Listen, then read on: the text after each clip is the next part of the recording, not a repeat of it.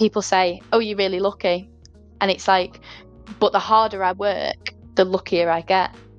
It's that same process of like, yeah, a lot of people do think that people are lucky, but it's like you don't see what's gone on behind the scenes and how they've actually got to that. And yeah, it may look like luck, but they've planted 30 seeds that's then one of them have finally developed and actually took into something. This week on Great Conversations, I have the absolute pleasure of sitting down with Katie Bowater. So Katie is a serial entrepreneur. She is the founder of the Young Entrepreneurs Club. She's a property investor, a property sourcer, and she's also a beauty therapist. Katie, welcome to Great Conversations. How are you today?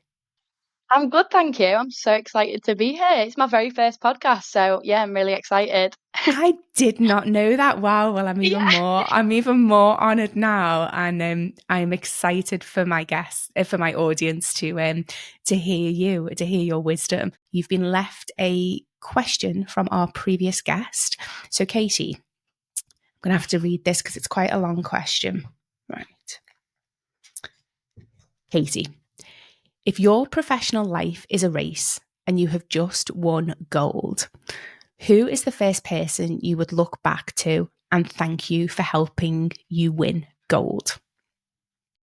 Do you know what? I absolutely love this question. I think that's such a nice question to start off with. And I would have to say my parents, both of them, my mum and my dad.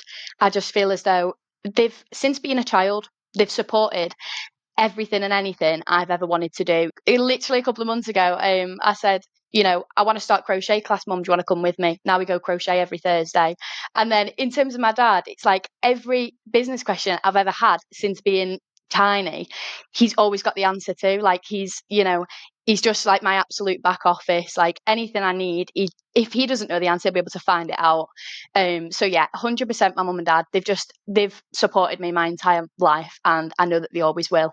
Yeah, wow. And what is it that their support empowers you to do? I think sometimes it's easy to almost like have second thoughts or doubt yourself. I think, is this the right decision? Am I doing the right thing? And when you've got two people in your back corner going, no, you can do it, Katie, you are capable of it, it really does make you think, yeah, do you know what? Yeah, I can. They say, what's the worst that can happen? Just give it a try. We're here for you, whatever happens. And I just feel like that is something you can't put a price on. I know that a lot of people in my position don't have parents like that, and I'm really fortunate that I do have two people, and my sister as well. She's supported me through literally everything I've ever wanted to do as well. And to have a family like that, I just feel like you always go for it. And that's what I've done. I've always felt as though I could go for things. I've never had them doubting me or putting that sense of doubt in my mind of, oh, what if you lose money, or what if you do this, or, what if it goes wrong? It's like, what if it goes wrong? Give it a try. At least you can say you've tried. Yeah, wow. I love that mentality. And you're right. It's so important as well, isn't it? Because, I mean, even if you're not an entrepreneur, just having people that support you and that encourage you to take that step, because it's really hard, isn't it, when you try anything new in life or just even going out into the world. Sometimes it can be quite anxiety provoking and overwhelming. And so to have people that tell you you can and support you is huge. Because I don't know about you, but often it's so easy to get swept up in the negative mindset, isn't it? And the internal talk of, I've got to be careful, I shouldn't do this, is it too risky? And so to have The fear of failure as well. It is, That isn't it? fear of what if, what if it does go wrong? What if I lose this? What if, it's that fear of like, what will everyone think of me and things like that. Whereas you've just got to go for it. Absolutely. And so where has that shown up in your life? So, I mean, the fact that you mentioned that makes me think that there's been a time in your life where you might look at it and label it as, oh, I failed at that, or it didn't work out. So what was that for you? And then how did you overcome that? I don't know, to be honest. I would probably say there's probably like a million things that I've tried and failed at, but because I've been allowed to go through that process and and pick myself back up, I feel like I don't know, I probably couldn't pinpoint one major situation.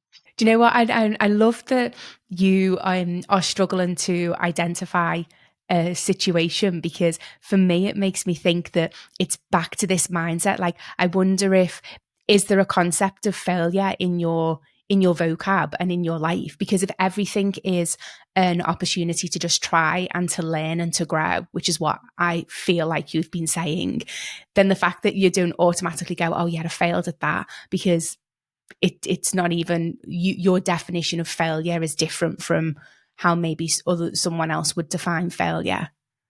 I think you've actually hit the nail on the head there, because if there's one thing that I keep preaching, I keep putting it on LinkedIn, I keep telling my young entrepreneurs, failure isn't failure. Failure is redirection. You need to look at it as redirection. You know, you've not failed at it. You've maybe done something that you deem as wrong, or you've made a mistake. The outcome wasn't what you expected. So it's like, well, how can we get that outcome next time? You've got to just, you've got to look at it in a different light. You've got to redirect.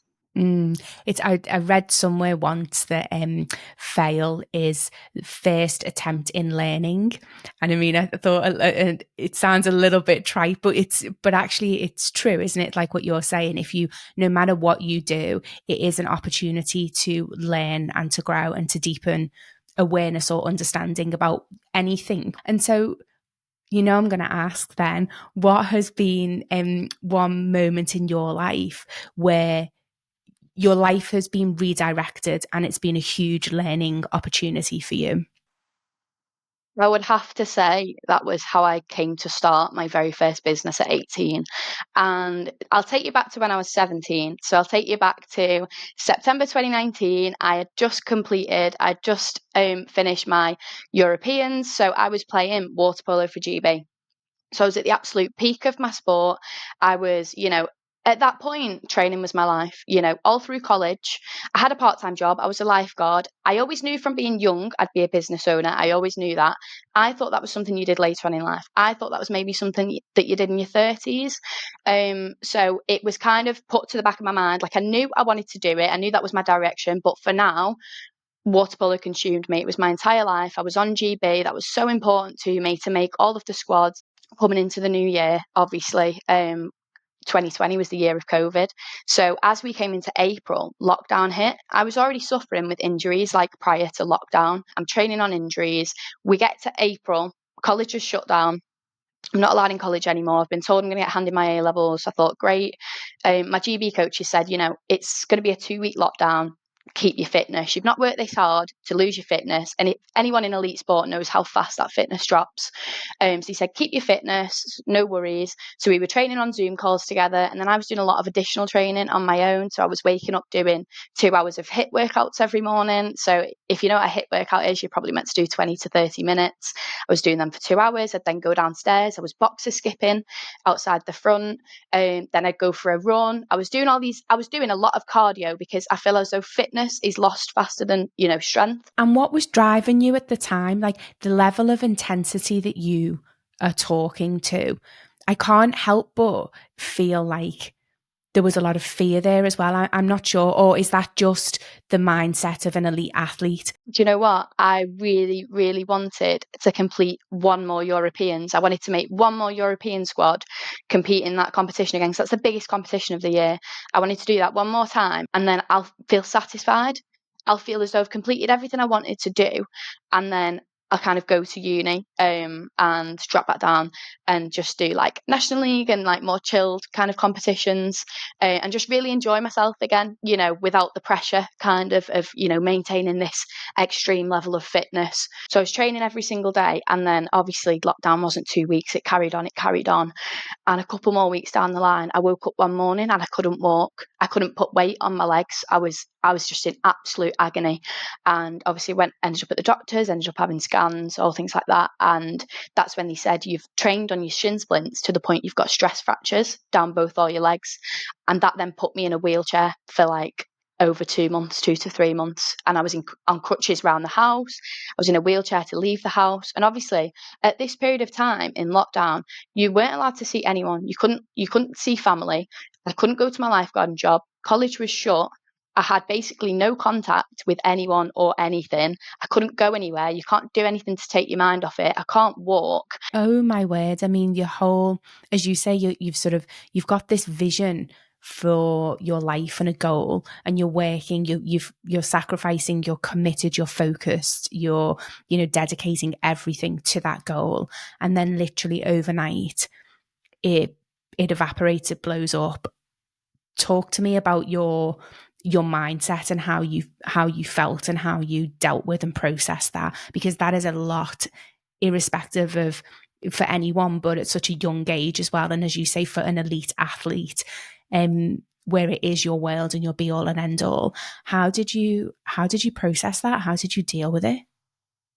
So at the time, I'd just turned 18 in that April as well. So obviously I'm still quite young at this point.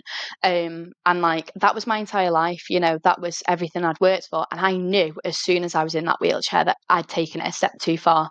And I knew that I would never even make that squad, you know, that was it then. I just knew GB was over, because for my length of recovery, that would have just like I just knew it wasn't really an option, and I kind of knew that that was my time in sport like over at that point.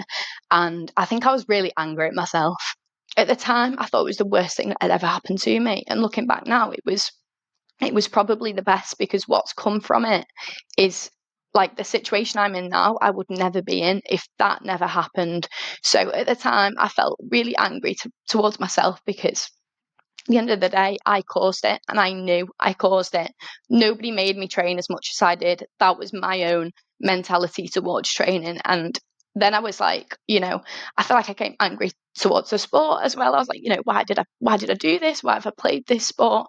And I feel like I dwelled on it for probably almost 2 months, and it was just a really, really rubbish time. And then one day my dad said to me, it was like, you know, if you carry on like this is going to become a problem, Katie. You know, you need to snap out of it. You know, you need to. It's not, you know, it's not the end of the world. You know, we can get through it. We can get past it. After that conversation, I thought, you know what, he's right. Yeah, you know, 18 years old. I'm too young to be unhappy. I'm too young for this to be, you know, my life wrote out. So I just was like, you know, what can I do? I was getting this furlough pay in from my lifeguarding job. And I thought, you know, what can I do with this money that I'm still getting in? I'm sat here, you know, can't really move. I can't really do much. Like, what can I focus on instead? And I've always said I'll be a business owner. So I was like, do you know what? I'm going to start a business. And at that point, I didn't know what that business would be. I was doing a lot of research. I was, you know, looking into it.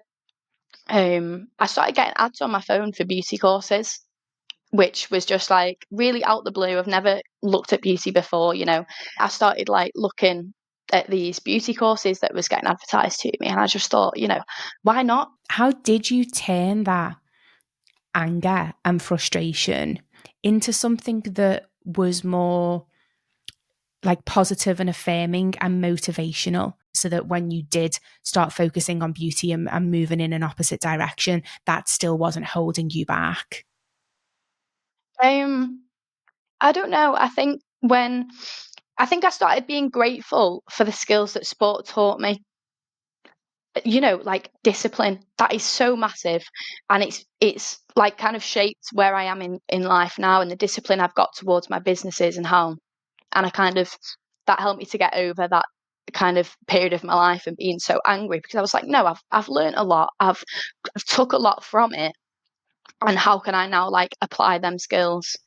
Yeah, and it's huge, that, isn't it? Like that mindset shift of, I mean, you and I have chatted about this before, but like that confirmation bias. So what you focus on, you give energy to.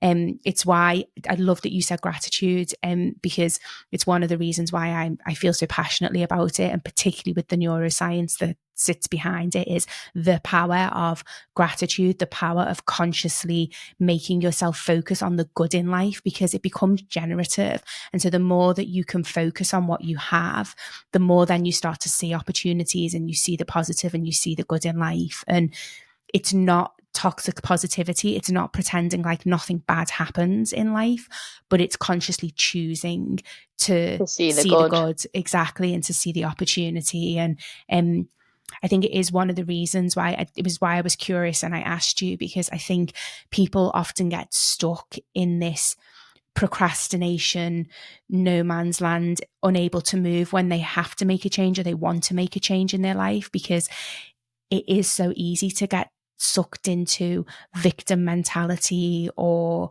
comparison or confirmation bias that life is against you and that you have no options. And so I think that's why I was really interested to understand how you overcame that, because it's hard. Yeah.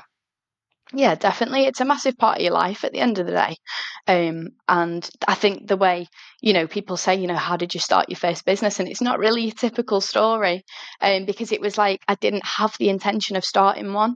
At 18, that was never, the journey I thought. It was the best thing that ever happened to me, because starting that business at 18, like, taught me so many lessons. And like I'm still in the salon now, 4 years later, it's still one of my businesses.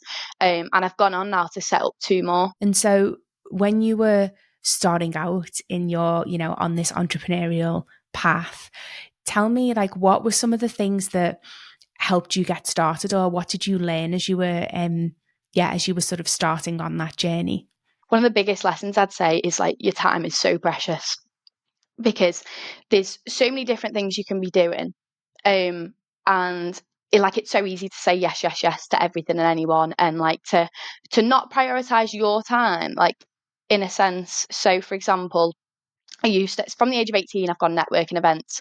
And, every person who said, "Do you want a meeting?" I'd be like, "Yes, yes, yes," always looking for opportunity, which is absolutely great. But because I felt as though I had less to give, because I was so new to business, like, I'd be traveling to, Manchester, to here, there, everywhere. And I'd always go to them, and I'd always do everything on their terms and literally break my neck to like fit in, because I felt as though they had more to give than me. Because obviously, you're new to business, and some of these meetings, it would basically be people like just selling the service to me. Some of them were great. Others, I, probably should have kind of got to the bottom of what the meeting was for, maybe, before I, agreed to it and things like that. I just think your time's really valuable, your time's really precious, and you need to learn how to, like, kind of organize your diary most efficiently to kind of promote the growth of your own business, because you can end up just wasting time on different things that you don't need to. I love that. And what you're speaking to is the skill of networking, isn't it? Because I was exactly the same. Like, when you start off, you think networking is meeting as many people as possible. And Yeah. then, that, what is it? If you just sort of, the more that you can, the more acorns that you can scatter, the more opportunity that you're going to have to grow your business quickly. And it's so counterintuitive to do what you're saying. And my experience is you are 100% right, because, like, I mean, life is relationship, but even more so in business. Like, what I've learned, and I don't know if you have as well, is people do business with people. It doesn't, in some ways, your product or your service doesn't matter. If people trust you, respect you, like you, if there's a relationship there, then you are going to at some point do business with that individual. And so spending time, like, actually less is more in that respect. And so that's one of the things, and I don't know if you're the same, but that's one of the things that I've learned, is cultivating relationships with people that are values aligned, that are showing Yeah. up in the world and Being building specific. businesses. Yeah, Like, exactly. Oh, it's tell being me more. specific with building relationships with those who, are benefiting your business in a sense, and that you can add value to theirs, they can add value to yours. Like, it works both ways. It's so easy to kind of spend time with people who, like, maybe don't necessarily align with what you're doing. Your businesses don't align. There's not really much you get out of the meeting. Like, what I do now is, if someone asks me for a meeting, I'm always up for a meeting, kind of get a clear direction before you like attend the meeting of, what the meeting's going to be about. And if you're not sure if it is something that's kind of going to work out, like, have a phone call first.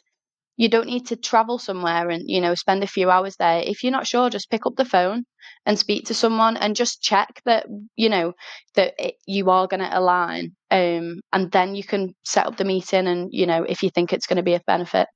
Yeah, I love that. It's like sort of being clear around the intention of both parties, isn't it? Because oftentimes we assume that the other person's coming into this conversation or this meeting with the same agenda that we have. And as you say, it's just sort of sense checking that as well, isn't it? Yeah, especially when you're young in business, because I think some people, obviously see you as like quite young and naive, so you just have to really be careful, who you spend your time with. Yeah. And what is the I'm interested in that because as you say, your age and with you being a young entrepreneur, what are some of the biases and maybe the not so nice aspects that you've ran up against when you were out networking and building your business because you're young? There's definitely been a few occasions. So don't get me wrong, I'll walk into some networking events and 98% of the room absolutely lovely. They want to help you. They see me as a young entrepreneur and they think, I want to see you do well. I want to, help her. And then you get this like very, very small few people who have had negative experiences. There's been definitely a few occasions of like kind of people look down on you almost because of your age. And then sometimes as well, being a girl in a very heavily male dominated industry, such as the property industry, you also face, some comments about that. But I just brush them off because I kind of think of it as like that's a reflection of them and not you. So that's it, like I don't know how to explain it other than you know they obviously couldn't see themselves at 18, 19, 20 doing what I was doing at 18, 19, 20, and it's like that's okay. Just because you can't see yourself in my position and can't understand how I'm doing that doesn't mean I'm not capable. That just means that you weren't at that age. It's I just see it as a reflection of them, not as a reflection of me. I know I'm capable, I know I am here for a reason, and I'm just as entitled to be in this room as they are. So yeah, I think it's again that redirection, that shift of mindset. And that's exactly what I was going to ask you about. I love that. How do you get into that situation? Like, how are you able to connect with such a mindset that's grounded in so much self-worth and self-trust? I just like brush negativity off. I just think like it's I think negativity it comes from their place, not mine. Do you know what I mean? I don't need to meet their standard. I don't need to prove myself either. I think at the start when you're young in business, you're constantly out to prove yourself to these people. And it's like, you're not going to be my customer, you're not going to be my client, and that's okay because not everyone is going to be. You don't need to get on with everyone in life. You don't need everyone in life to love you. It's okay if they don't, as long as you're a good person and you're a good person. And, I was just out there trying my best. Do you know what I mean? I was just out there putting myself in difficult situations as a young girl in business. And it's like, if you're going to try and kind of be negative to me towards that, I just think that's a massive reflection on you as a person. Because imagine that was your daughter in the room. But yeah, I think it's important not to take things too personally, especially in the business world. It's everyone's entitled to opinion, and that's fine. That doesn't, it's opinion, it's not fact. You're talking to firstly the power of authenticity. So when you said, so long as I know that I'm showing up, Yeah, authentically try my me, best. trying my best in the way that I want to be showing up, that's all that matters to me. And I think that's the absolute power of authentically living your life, of knowing who you are as an individual, what you stand for, and then the belief in what you're building as a result of that. And I love the strength that comes from that. And then I'm also loving the abundance mindset, the belief that I just the power of what you're saying of not everyone's going to like you, not everyone's going to want your product or your service or your business, and that is okay. Like the belief that you will find the right people for your business and for you and for your life, and so believing that it's okay to close the door, move on, be in choice around who you surround yourself with. It's really quite empowering, to be honest, to Oh, I love yeah, to that. be that discerning, and that in control and that grounded. And so how did you go from, so you started taking some beauty courses to then opening your first beauty business to then going into property? So take me through that. Like, what was that journey? So when I was it was also the time when I was like kind of 17ish, when I started learning a bit about property and property investment, and I started looking into it. And I turned around to my dad and I said, I want my first property before the age of 20. And he went, okay, go and do it. And I was like, oh, right, okay. Yeah, I'm going to go and do it now. So I did. I kept researching, I kept looking, I kept learning. I'd started the beauty business. Obviously, no beauty business is an overnight success. However, I did purposely set my opening date as the day that salons were allowed to reopen after lockdown. So I was fully trained up and opened my salon in that day in August when all salons reopened, because I thought, oh, well, you've got no choice but to come to me, because, you know, everyone's going to be fully booked. And it did work. So I'd kicked off that beauty business, but obviously you're not fully booked. So I had several other jobs on the side. So I think as well, it was a time where I was trying to fill voids as well. Obviously, I'd gone from training all this time to having all this free time. So I was picking up job after job after job. And I think at one point I had about 3 jobs. I'd started the business, I was doing uni, I was working 60-hour weeks building this deposit, because my goal in mind then was, you know, I've started this business, what's next? I need this property. I've said I'm going to get a property before the age of 20. So I kind of channeled all that energy that from training and all that discipline. I was like, right, I'm gonna do this. I had this new goal in mind, and I was like, I'm going to do it. You know, I was literally sweet talking as many estate agents as possible. I was like, you know, can you help me? I need an investment property. You know, trying to build all these relationships. Everyone was outbidding me because I refused to pay over like asking price, if not cheaper. And this one house that I really wanted, and I came out afterwards and I said, Dave, I was like, that's the house I need, this is the house I want, you need to help me get this house. And he was like, yeah, Katie, I'll help you. And then somebody ended up offering over 20 grand over asking. So I'd lost that house again, and I just thought, do you know what, it's impossible at this point, you know, the market's just absolutely crazy. Anyway, I get a phone call off Dave about 6 to 8 weeks later, something like that, and he rings me up and goes, that, you know, that offers fell through, do you want the house before I put it back on the market? I went, yeah, I'll take it. I picked up the keys. My property completed on the 28th of April, 2 days before my 20th birthday. Stop it. I've literally got Yeah. goosebumps. I knew. I am just I am absolutely flabbergasted with the I don't know so how I many managed it, things. honestly. Absolute miracle. But just like the, again, the conviction and Yeah. and the This what I, faith and the when I say I'm going to do dogmaticness. something, I'm Yeah, going to do it. I'm going to achieve it. I promise you. exactly. And so, but what I love like about that though is there's action in it. It's not as if you're, you know, like this concept of manifesting and, oh, if you think about something or you want it, it'll happen. Like what you talk to is you work so hard and are so focused and are so willing to put everything on the line in order to achieve your goals. And so it's the part and the side of business and entrepreneurship that I think people often overlook. Like I think they massively discount the sacrifice, the commitment, the hard work, the perseverance, the tenacity that is baked into running a business or getting a business started or off the ground. Like What you've just mentioned then, people say, oh, you're really lucky.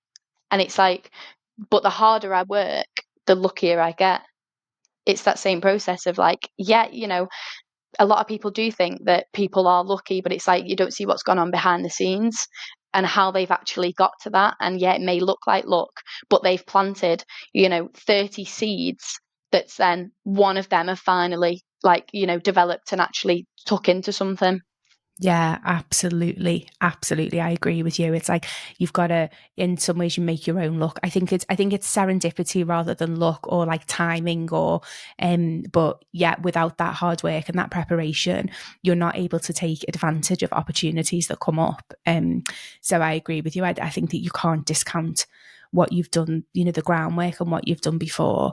And so how do you maintain your mental health and well-being? Because like what you said before, you know, it's not feasible to keep working 60 hours a week or with that level of intensity or the 4 jobs that you had at that one time. And so how do you look after yourself? How do you make sure that you're not burning out? Okay, so I think it's really important to have a hobby and to keep something as a hobby aside from exercise. I think exercise is something that like needs to be done every week anyway. You know, that's good for your health, good for your well-being, you know, mental health, everything. But I also think having a hobby. So my hobby, obviously, I I mentioned before about how every Thursday we've been going crochet class for 2 hours. And that's my 2 hour break a week where I physically cannot reply to anyone, can't pick up the phone, can't answer text, can't read text. My hands are physically tied up in wool. So it's like I couldn't reply if I wanted.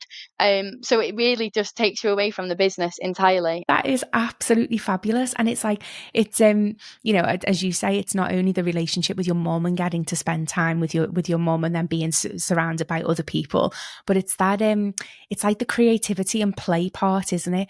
Because, yeah, because I agree with you. I think that's really important. Like, you know, the tendency, particularly when you run your own business, is to work 24/7 because there will always be something to do.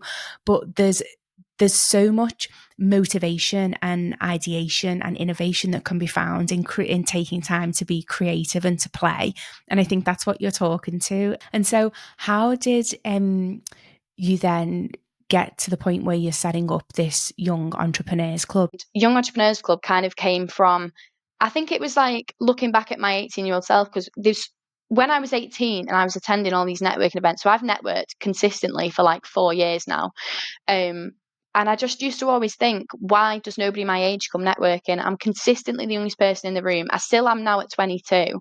I was like, you know, I'm receiving different opportunities, and I'm like, people my age are missing out. They don't understand the opportunity that's in the room in terms of collaborations or doing business with other businesses or referrals, like developing relationships. And it's like not just about who, you know, the people in the room, it's about who they know and like the power of networking. And I was like, you know, nobody my age is taking advantage of this. So I wondered why, and then I learned that it was either they're not confident enough, they don't know what networking is because nobody's ever told them. I was lucky that my dad at 18, when I set my first business, and my dad said, "You need to go networking," and I was like, you know, Dad, what's networking? So he explained to me what networking was, and then he googled ladies network in Liverpool. He was like, "I'll ease you in, you know, throw you in a nice ladies group where they'll look after you." I just thought, if I can create a space where I can make young people feel really welcome, really relaxed, like no pressure at all, you know, get everyone in the same room, we can build their kind of networking etiquette and their networking skills and the pitching skills and stuff like that. Um, then I can start feeding them into other networking groups where they feel as though they can hold a space in the room, they can stand up and pitch, they have got something to give. They're not going to feel as out the depth, you know. I think what you're doing in like creating a space for young entrepreneurs is so beautiful. And I think it also talks to one of the things that I feel as well is, you know, leaving the door open for other people, or as you're progressing, turning around and helping other people also progress. It's like this concept of paying it forward, isn't it? And so, you know, all the wisdom and the connections and the lessons that you've learned, sharing them with other people so that they can go and, you know, do with them what they want and what works for them, but, you know, making sure that you're not on this journey alone, but that you're helping other people on their own journeys as well, is such a beautiful space to be in. Yeah, I think so, because entrepreneurship can be lonely, especially when you're like me. I'm a one-man band, you know. I don't have staff. Everything I do, I'm responsible for. I'm the decision maker, I'm the marketer, I'm the accountant. You know, I'm everything for my business. And like that can be a lot. That can be overwhelming, especially when you've got three of them on the go and then you feel like your head's going to fall off sometimes. So I think it is just important to sometimes just put yourself in a space where other people feel exactly the same. You are normal for feeling that way. You know, you will wake up tomorrow and feel better. You know, it's not forever. But yeah, it's just having people who relate to you and who understand where you're coming from with these things, definitely. Mm. Absolutely. It's just normalizing that no one's actually really got this shit together. We're all just doing our Yeah. best and trying to figure it Yeah. out, aren't we? And that's okay. Literally. It doesn't, you know, That is that is okay. absolutely okay. And so what is the latest goal, or what is it that you're focused on, that you're working towards achieving at the moment? We're just about to launch masterclasses, which is basically 1 to 2 hour classes on really specific business skills, all them business skills that you're expected to know, but nobody ever teaches you. For example, how to write and deliver a 60-second pitch, how to write a business plan to access funding, grants, everything like that. Every business owner is meant to have one, but nobody ever seems to teach anyone like how to write one. Or if they do, and if, that might be a business coach, a lot of the time they're unaffordable for people who's maybe younger in business or a start or any startup, to be honest, regardless of age. So kind of like these skills that you need to have, we're going to make really, really affordable masterclasses, and try and kind of, fill any gaps in young entrepreneurs' knowledge that's maybe holding them back from growing or starting a business or whichever, because it's also for aspiring. All my events, everything I do is for aspiring young entrepreneurs and existing young entrepreneurs. You could have been in business 10 years, you could have not even started or launched, you might not even have an idea, you just know you want to be one. Everyone's welcome. I'm also going to do like social events. Like I want to definitely go into like the well-being side and do maybe, 1 monthly like well-being kind of activity, which takes you away from the business. It's not necessarily networking, it's more like social and friends. My biggest goal is to make this kind of accessible and available up and down the UK. So I want every major city to have a young entrepreneurs club. Like I want every young entrepreneur to feel as though they have a local hub they can go and get support and advice from and make friends on the side as well. What you're talking to gives me so much hope for this country. And I think what you're talking to is so vital, is like part of the struggle with the entrepreneurial journey is the fact that we're not given the support, the tools, the community, access to everything that you're talking about. So it honestly, I've got goosebumps. I am, and because I know you'll go and do it, because I know that the Young Entrepreneurs Club are going to be taking over the I UK, hope and so. rightly so. Like it's exactly what we need in this country is harnessing and nurturing and growing more entrepreneurs that are going to go and build businesses that make a real impact. It doesn't even have to be locally, but on the global scale. And there's so much talent in this country, and we're not doing enough to access it and to harness it. And so, excited for you, Katie. You are literally the world. You're coming. The world. Katie Bowater's coming for you, and I am here Oh, to witness it. I love Honestly, it. every day of the week. I think it's stunning. Katie, we have a closing tradition on this podcast.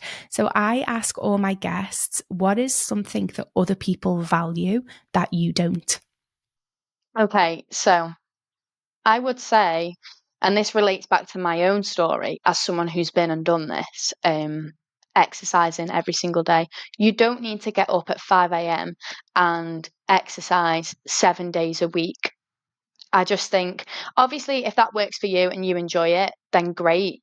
But it's also okay if you don't want to do that and if that doesn't work for you. Because as an athlete, obviously there was the pressure to do that. But as I've entered the business world, I can also see this pressure all the time of like, if you're an entrepreneur and if you're going to be successful, then you have to get up at 5 a.m. every day and start your day with an hour's workout to have discipline and to, be successful in the future. And as much as I understand that exercise is so important and that it does teach you discipline and it has all these great benefits and all these great skills, it's also okay to exercise once a week, twice a week, 3 times a week, in more manageable chunks. It's like that external comparative pressure again, isn't it, that we spoke to? It's just understanding what works for you. So, absolutely a cornerstone of well-being and longevity is moving your body and some form of exercise and getting out. But what that looks like should be something that is unique to you and that And works for something you you rather enjoy. than exactly. Like you Yeah, shouldn't wake up exactly. and dread, I've got to go to the gym, I've got to do this, I've got to do that. Because I was in that mindset sometimes of like, even when I didn't want to train, I had to train. It's about choosing what suits you and what suits your lifestyle. Absolutely. Couldn't agree more. Katie, thank you so much for your time. I have loved our conversation. I'm so inspired by what you're doing and excited for you and really proud to know you and to be able Oh, to thank you stand so in sort of much. in your corner and back you and see what you're doing with your life. So thank you, and thank you so much for sharing so elegantly your story and your words of wisdom. I genuinely appreciate it. Oh, thank you so much for having me for my very first podcast. I've enjoyed it. I was so unbelievably inspired by my conversation with Katie. Her mindset, I mean, this lady is just unstoppable. And it just had me thinking what would have been possible in my life if I had empowered myself with that same sort of mindset that Katie has. And so if you're thinking along the same lines, if you want to empower yourself with a, can do, shoot for the stars mindset, then check out Integrate, www.integrate.net. We have tons of resources to help you get started. As always, I would like to thank my editor, Stian Moritz, musician Jamie Jenkin. I'm sending you all so much love. Bye for now.